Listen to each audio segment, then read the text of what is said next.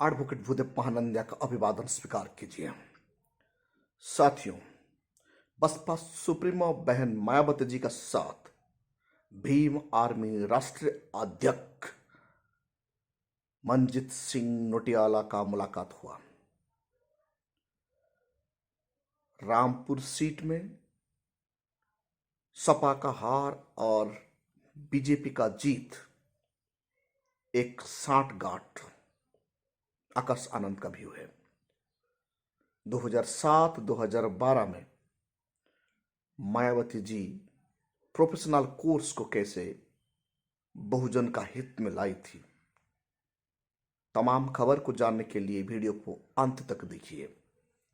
अभी तक आप इनको सब्सक्राइब नहीं किए हैं तो सब्सक्राइब कीजिए, लाइक कीजिए, कमेंट कीजिए और बेल का आइकन को जरूर दबाइए। साथियों, इतिहास गवाह है 2007 से 2012 तक जब बहन मायावती जी का सरकार उत्तर प्रदेश में था, तब बहन मायावती जी ने अपने दम पर सरकार बनाई थी और उस वक्त हायर एजुकेशन में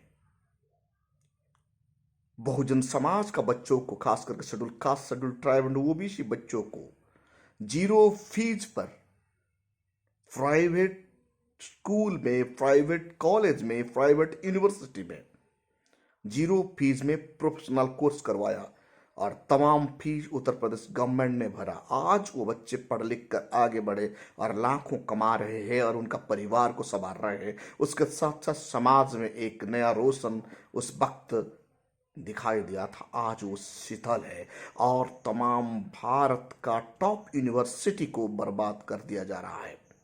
बहन मायावती का पीरियड में शिक्षा में जैसे उत्तर प्रदेश में परिवर्तन आया था, आज वैसा नहीं है। पूरा भारतवर्ष में तमाम बड़ा बड़ा यूनिवर्सिटी को बर्बाद कर दिया गया है। जैसे जेएनयू को, जामिया मिलिया को, नेशनल यूनिवर्सिटी को बर्बाद कर दिया जा रहा है। शिक्षा ही ऐसा एक शैरनी का दूध है, जो पिएगा वो दहाड़ेगा। हमारा मसीहा डॉक्टर बाबा साहेब अम्बेडकर ये बात बता के गए हैं। इसीलिए बसपा सुप्रीमो बहन मायावती जी, उनका शासन का पीरियड में जब वो सत्ता में थी, तब वो हेल्थ एंड एजुकेशन को ज्यादा इंपोर्टेंट देते थे।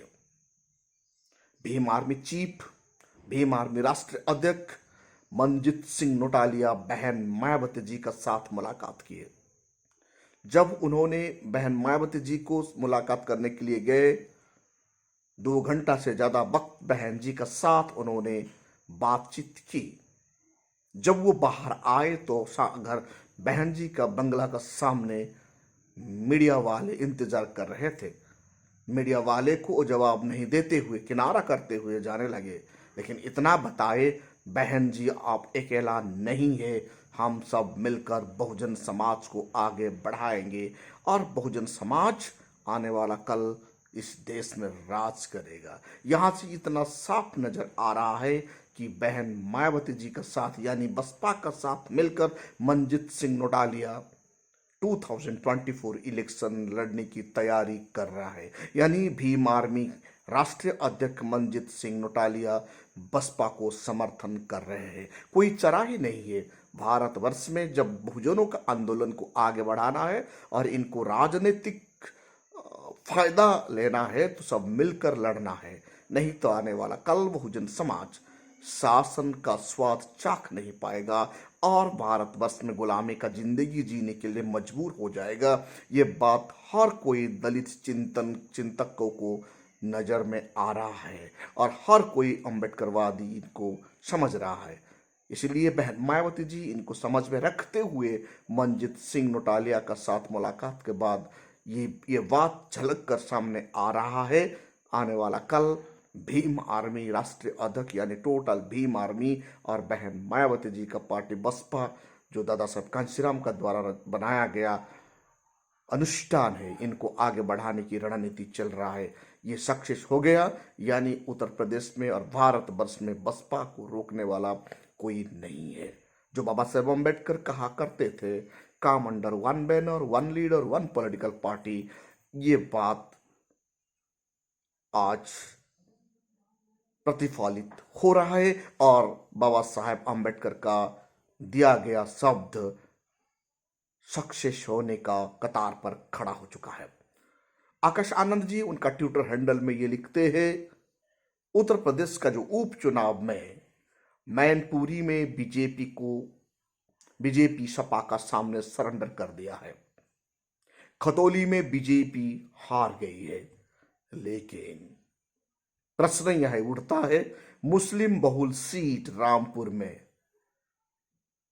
बीजेपी कैसे जीत गई है।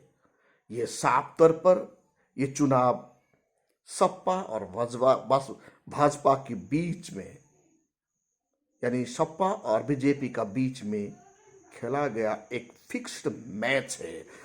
मुस्लिम समाज को डराने के लिए मुस्लिम बहुल सीट में बीजेपी जीतना, यह सपा और बीजेपी का खेला गया एक फिक्स्ड मैच है। ये बात खुलकर सामने आ रहा है जो आकाश आनंद अपना ट्विटर हैंडल में लिख रहे हैं।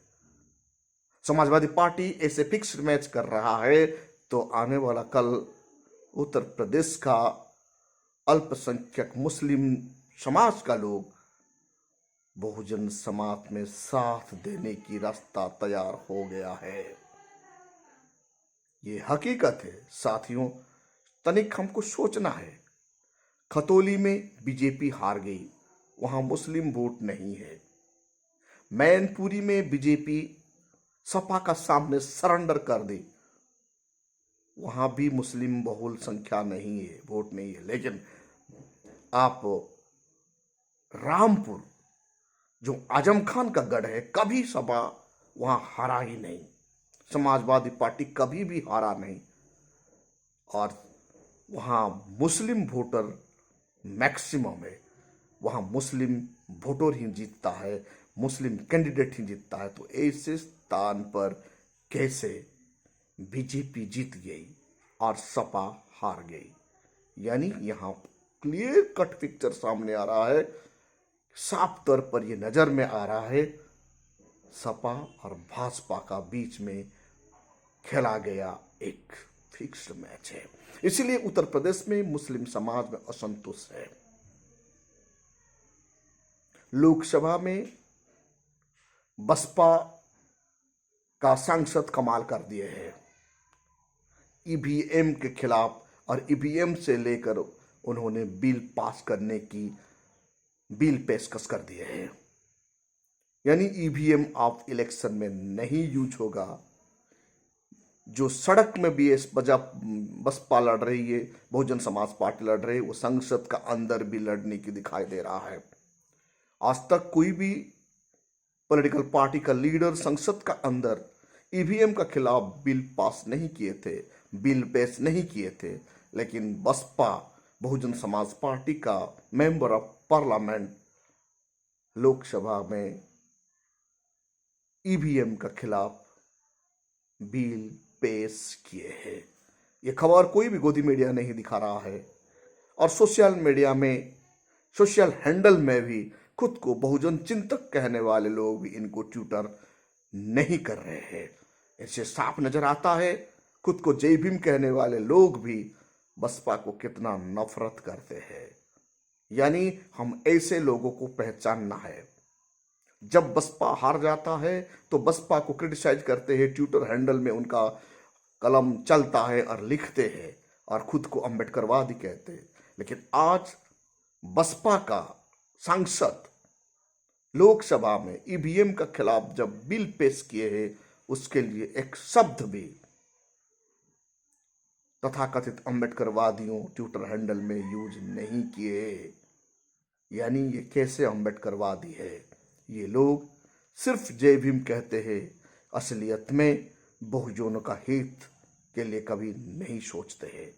साथियों, वर्तमान डेमोक्रेसी में, भारत का डेमोक्रेसी में ऐसा स्थिति आ गया है, बहुजन समाज को यूनाइटेड होकर नहीं लड़ेंगे तो आने वाला कल बहुजन समाज का नस्ल का ऊपर ये दोहरा प्रेशर होगा।